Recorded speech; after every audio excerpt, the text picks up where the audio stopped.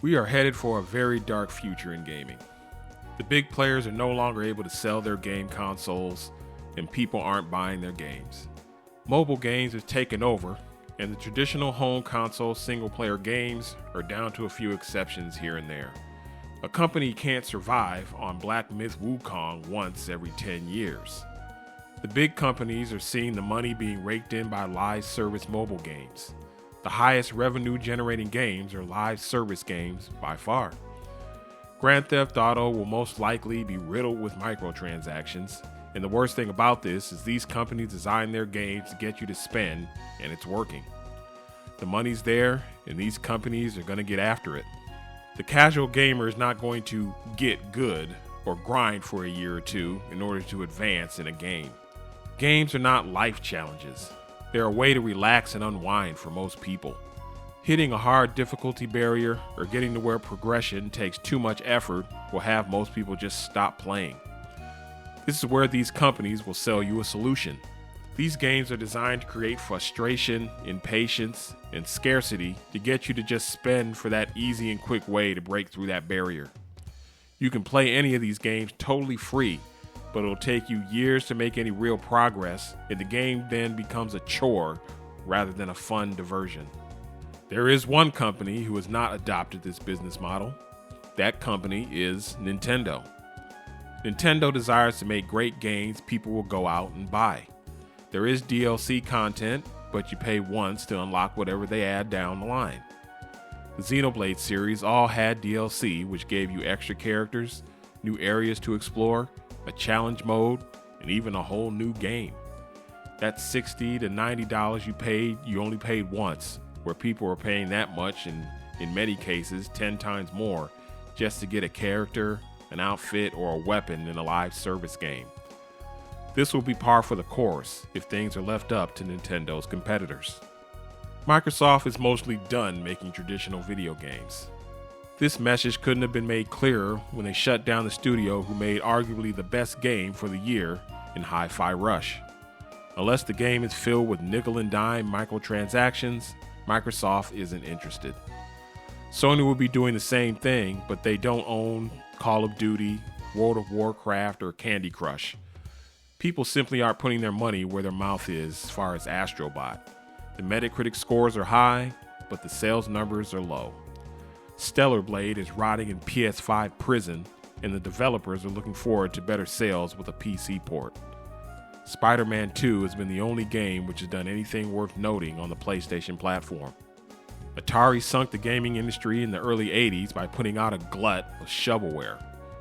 Sony and Microsoft are going to sink the industry again by dragging the industry into live service hell, coupled with message politics jank.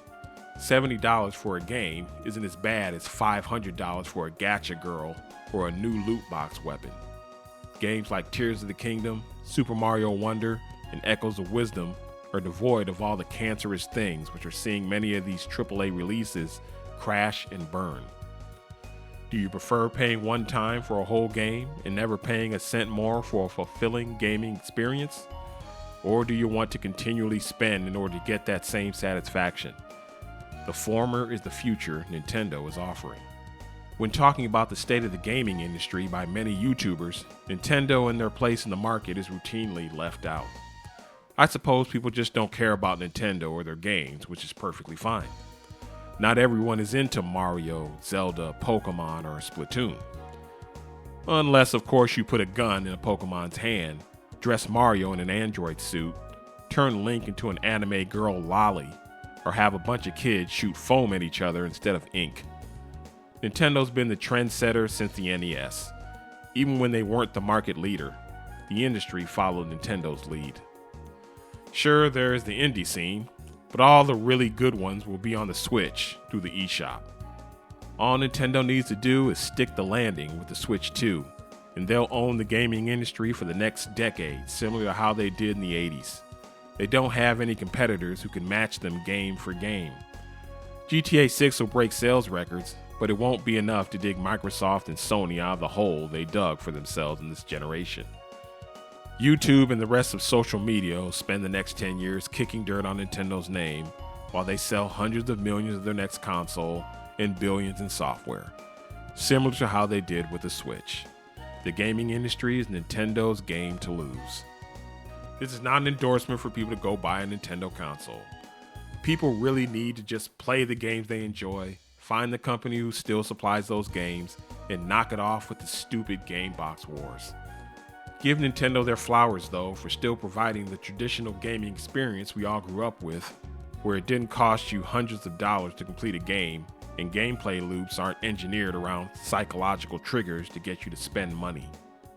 We've come full circle. Back in the arcade days, you put a quarter in the machine in order to advance through the game. People who were really good didn't spend as much, but the average gamer spent way more. It's gone from a quarter to $1 and beyond. The home console market made it where you didn't have to keep feeding a machine quarters to complete a game, and you could play as much as you want. We're back to the coin-op days, except it's way more than a quarter to continue. I paid $60 for Echoes of Wisdom. That's it. No skins, weapons, or characters to buy. A game focused on giving a player the most satisfying gaming experience possible for the money they paid without funneling them into spending on digital trinkets. What sense does it make to complain about a company who charges $60 to $70 for their games with no real sales versus a game you paid $200 and counting to experience in its fullness? People spend $60 a month on Call of Duty and you can play that game for free. Let's stop doing the fanboying and start doing the math. Access may be free, but progress is an arm and a leg. Either you spend a lot of time on tedious tasks or you spend a lot of money. Don't know about you, but these aren't the type of games I want to play. Games are supposed to be fun, and that's not fun. Gambling isn't a good habit, and this is what's being incorporated heavily into games these days. You look at people on leaderboards and think those people must be masters of the game. No, they just spend a lot of money. Again, I'm not trying to steer people to this or that gaming company, but we need to re-examine how we consume these games. Stop looking out for the best interests of your favorite corporation and start looking out for the best interest of yourself.